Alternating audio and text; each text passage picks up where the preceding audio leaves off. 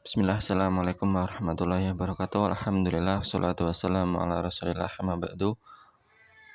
Kelas 8 rahimani wa rahimakumullah.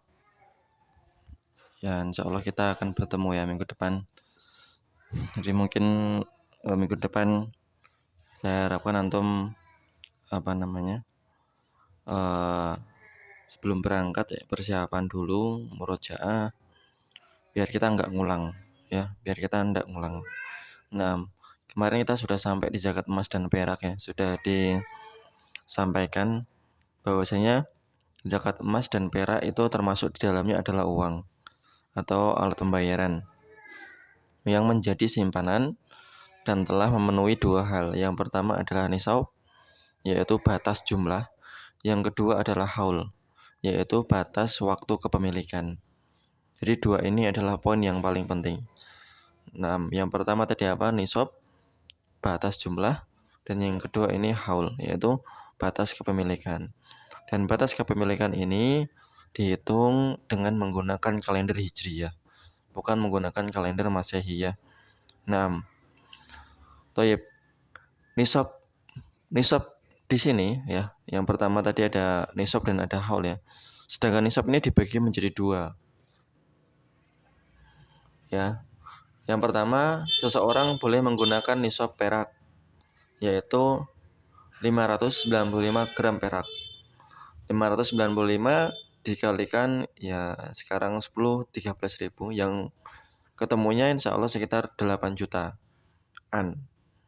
Jadi seseorang yang bermadzhab atau berpendapat memegang nisab itu adalah menghitung dengan perak, berarti batasnya adalah 8 juta. Tergantung naik turunnya harga perak. Nah, jadi apabila seorang sudah mempunyai uang 8 juta pada tanggal 1 Muharram dan uang tersebut tidak kurang dari 8 juta selama 1 tahun, sampai tanggal 1 Muharram di tahun berikutnya, maka dia wajib mengeluarkan 2,5% dari 8 juta tersebut. Nah, berapa 2,5%-nya 8 juta? 1%-nya berarti 80.000, 160, 200.000. Nah, berapa 200.000 dari 8 juta? Nah, tetapi yang kedua ada nisab yang kedua yaitu nisab emas, yaitu 85 gram. Kalau emas sekarang katakanlah 900.000, 85 gram berarti 60 jutaan. Nah, ini lebih besar atau lebat. Jadi tidak semua orang mempunyai tabungan sebanyak itu. Nah, ya al-muhim dua-duanya boleh dipakai, mau pilih emas atau perak. Nah, tafadhol. Nah, kemudian haulnya itu ya 1 tahun. Nah, pada tanggal 1 Muharram, pada bulan Muharram dia punya uang 10 juta. Dia bernisab dengan perak. Berarti dia udah. Kemudian di bulan berikutnya, bulan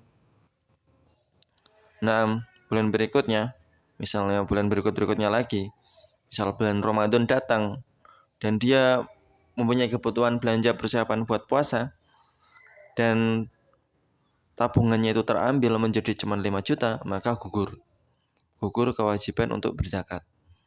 Kemudian pada bulan Syawal, dia bisa menabung lagi menjadi 11 juta.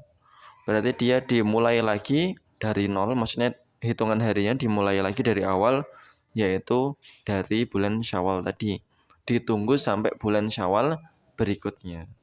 Nah, apakah terjadi penurunan nisab atau tidak? Kalau terjadi penurunan nisab berarti gugur lagi. Nah, seperti itu. Baik, kita masuk ke bab berikutnya yaitu bab keempat, zakat yang keluar dari bumi. Nah, hukumnya ini juga wajib ya, berdasarkan firman Allah Subhanahu wa taala, ya ayyuhalladzina amanu anfiqu min thayyibati ma kasabtum wa mimma akhrajna lakum minal ard.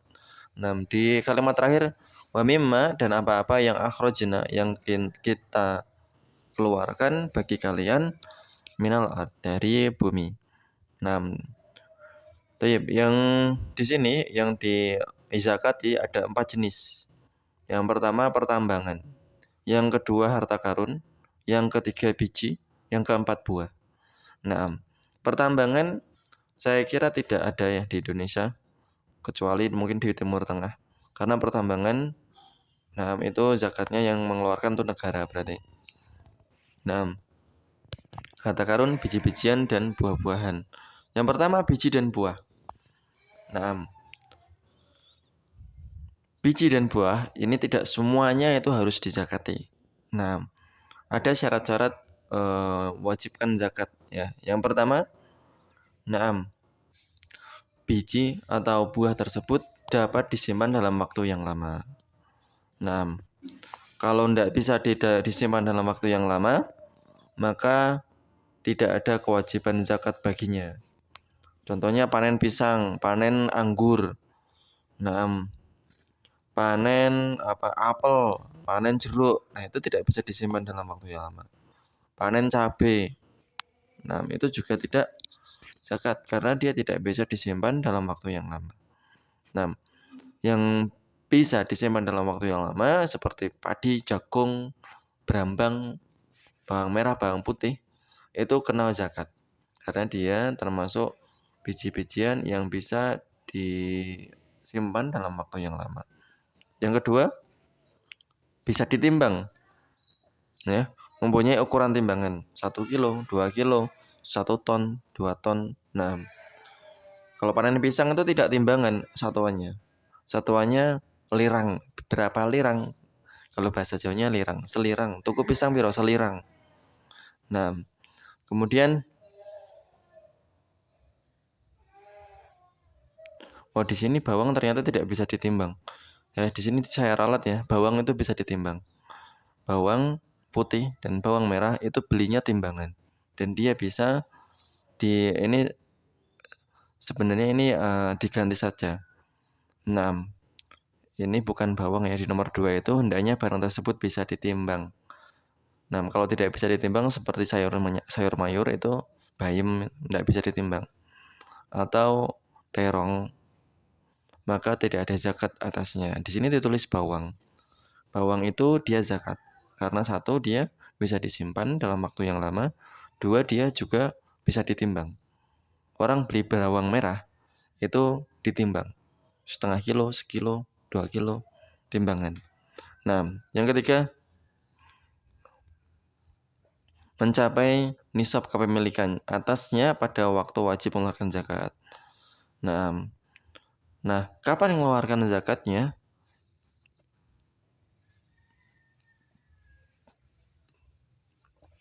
Kapan mengeluarkan zakatnya? Ya, mengeluarkan zakatnya itu ketika dipanen.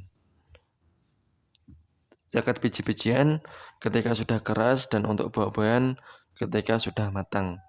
Nah, jadi ini seperti padi ya, kalau kita padi. Nah, intinya adalah ketika dia siap untuk dipanen. Nah, barang siapa yang menjual biji-bijinya dan buahnya ketika waktu wajib zakat, maka zakat diwajibkan atas penjualnya.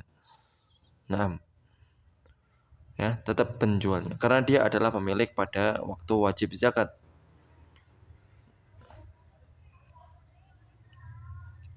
Toyib. Nah, ini seperti contohnya kita ya. Sebagian kita petani itu tidak dipanen sendiri, tapi dipanen orang lain, kemudian dibayar oleh pembeli tersebut. Nah, karena pada waktu zakat ini dikeluarkan zakat ini, dia malah menjualnya, maka tetap kewajiban itu membayar zakat itu bagi yang petani, bukan bagi yang membeli. Nah, jadi yang mengeluarkannya tetap petaninya. Nah, taib. Kita sudah ya, kita nanti lanjut di kelas insya Allah. Dan ini kita masuk ke pelajaran tarikh, baik putra maupun putri. Nah, kita gabung saja ya.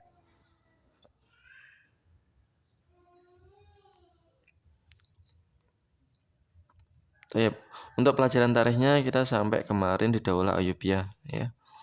Yang mana itu adalah daulah yang menginginkan otoritas otonomi daerah sendiri dari Daulah Naam dari Daulah Abbasiyah. Tayyib, kemarin mana ya?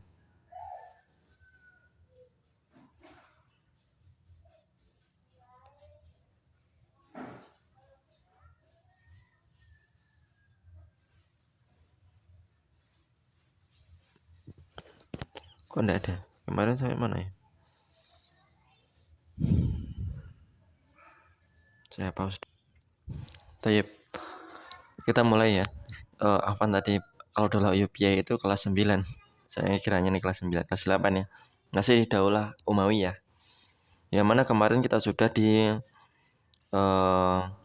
seorang yang bernama Abdul Malik bin Marwan. Baik. Pada masa Abdul Malik bin Marwan ini, Daulah Umayyah mencapai masa kejayaan. Dan Abdul Malik bin Marwan ini dia mengemban khalifah selama 21 tahun.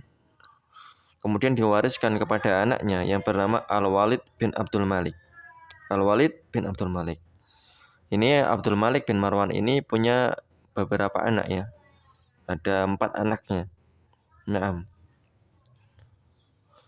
ada 4 anaknya. Jadi kita lihat di sini ya. Abdul Malik bin Marwan posisinya ini dia punya 2 saudara. Yang pertama Muhammad dan yang pertama Abdul Aziz, yang kedua Muhammad.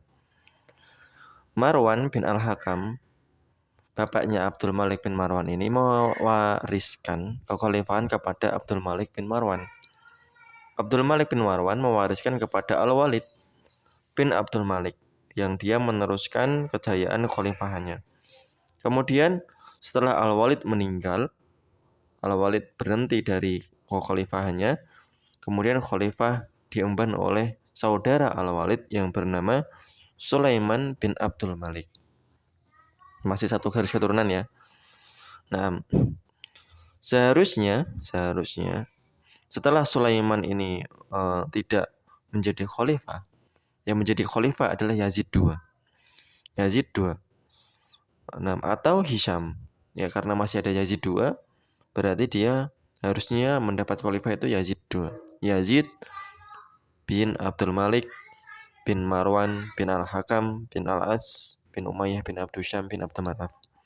Nah, tetapi Sulaiman bin Abdul Malik ini mempunyai pandangan yang berbeda. Karena dia melihat Yazid, Hisham, Naam, dan juga anaknya Al-Walid yaitu Ibrahim dan juga Yazid yang ketiga. Banyak sekali nama Yazid. Yazid kedua, ada Yazid ketiga. Yazid yang pertama itu anaknya Muawiyah. Yazid bin Muawiyah. Tayyib. Sulaiman melihat bahwasanya penerusnya itu tidak ada yang bagus, tidak ada yang lebih bagus daripada anak dari mbahnya yang lain, anaknya dari pamannya yang bernama Abdul Aziz. Abdul Aziz punya anak yang bernama Umar, dan Sulaiman bin Abdul Malik melihat anak pamannya tersebut cocok untuk menjadi khalifah. Nah, jadi Umar bin Abdul Aziz ini mendapatkan kekhalifahan bukan karena dia inginkan, bukan karena keinginan dia. Nah, kita masuk ke babnya yang daulah yang Umar bin Abdul Aziz. Nah, jadi Umar bin Abdul Aziz tersebut mendapatkan gelar khalifah karena dipilih langsung oleh Sulaiman bin Abdul Malik. Yang mana Sulaiman bin Abdul Malik ini tidak mewasiatkan kekhalifahan itu terhadap anaknya maupun terhadap saudara-saudaranya. Yang mana seharusnya biasanya seperti itu. Budayanya seperti itu. Tetapi Sulaiman bin Abdul Malik berwasiat sebelum wafatnya agar jabatan khalifah itu diserahkan kepada Umar bin Abdul Aziz. Nah, beliau ini mengutamakan Umar bin Abdul Aziz daripada saudaranya sendiri. Masih ada 2 saudara tadi. Yang pertama adalah Yazid dan yang kedua adalah Hisham. Nah, karena beliau ini mendapatkan pada diri Umar bin Abdul Aziz sifat yang soleh, takwa. Nah, tayyib. Siapakah Umar bin Abdul Aziz ini? Dia adalah Umar putra dari Abdul Aziz bin Marwan bin Al-Hakam. Dan Umar bin Abdul Aziz ini termasuk keturunan dari Umar bin Khattab dari jalur Ibnu Umar. Ibnu Umar eh, ibu Umar bernama Laila binti Asim bin Umar bin Khattab. Jadi ibunya Umar bin Abdul Aziz ini bernama Laila binti Asim bin Umar bin Khattab. Jadi beliau adalah cucu buyutnya Umar bin Khattab radhiyallahu anhu. Dan juga Umar bin Abdul Aziz ini mewarisi sifat-sifat dari kakeknya tersebut. Sehingga dikatakan bahwasanya keadaan para ulama jika dibandingkan dengan Umar adalah sebagai murid-muridnya, itu mengatakan bahwasanya Umar ini dalam level ulama yang sangat tinggi. Umar bin Abdul Aziz ini orang yang faqih, yang alim. Bahkan ulama pada zaman tersebut kalau dibandingkan dengan Umar bin Abdul Aziz itu bagaikan murid dan gurunya. Muridnya para ulama, gurunya Abdul Aziz. Umar bin Abdul Aziz maksud saya. Tapi Umar bin Abdul Aziz ini menjabat hanya 2 tahun saja.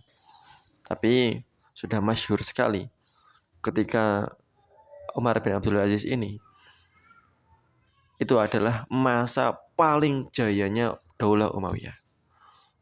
Katanya tadi masa paling jaya masanya Abdul Malik bin Marwan. Abdul Malik bin Marwan masa jayanya membuat ekonomi stabil dan yang lainnya.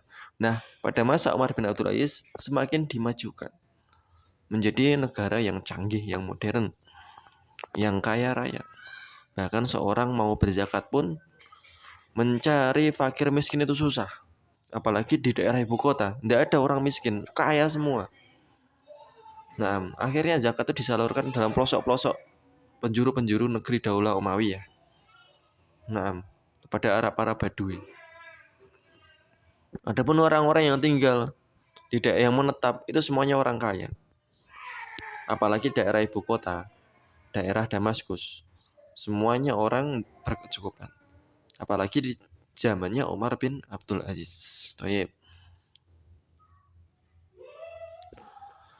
Diriwayatkan bahwa Fatimah binti Abdul Malik, istri Umar bin Abdul Aziz, masuk menemuinya ketika dia dinobatkan sebagai khalifah. Malah dia melihat Umar bin Abdul Aziz ini menangis. Maka dia mengatakan, "Ada apa, wahai suamiku?" Umar menjawab, "Aku telah diserai beban urusan dari seluruh umat Muhammad. Maka aku berpikir tentang si miskin yang lapar, si sakit yang terlantar, orang telanjang yang terlupakan, orang yang terdolimi, orang terasing, tawanan, dan orang jompo. Aku takut pada Robku akan beban yang diamanahkan kepadaku. Maka aku takut dan menangis." Akhirnya Umar bin Abdul Aziz mendapatkan gelar khalifah tersebut dan dia mulai berpikir tentang rakyatnya. Tentang rakyatnya. Perkara-perkara penting yang dilakukan adalah ini agak panjang sebenarnya ceritanya Umar bin Abdul Aziz ini. Saya kira cukup dulu ya. Kita mulainya. Qul qouli hadza. Assalamualaikum warahmatullahi wabarakatuh.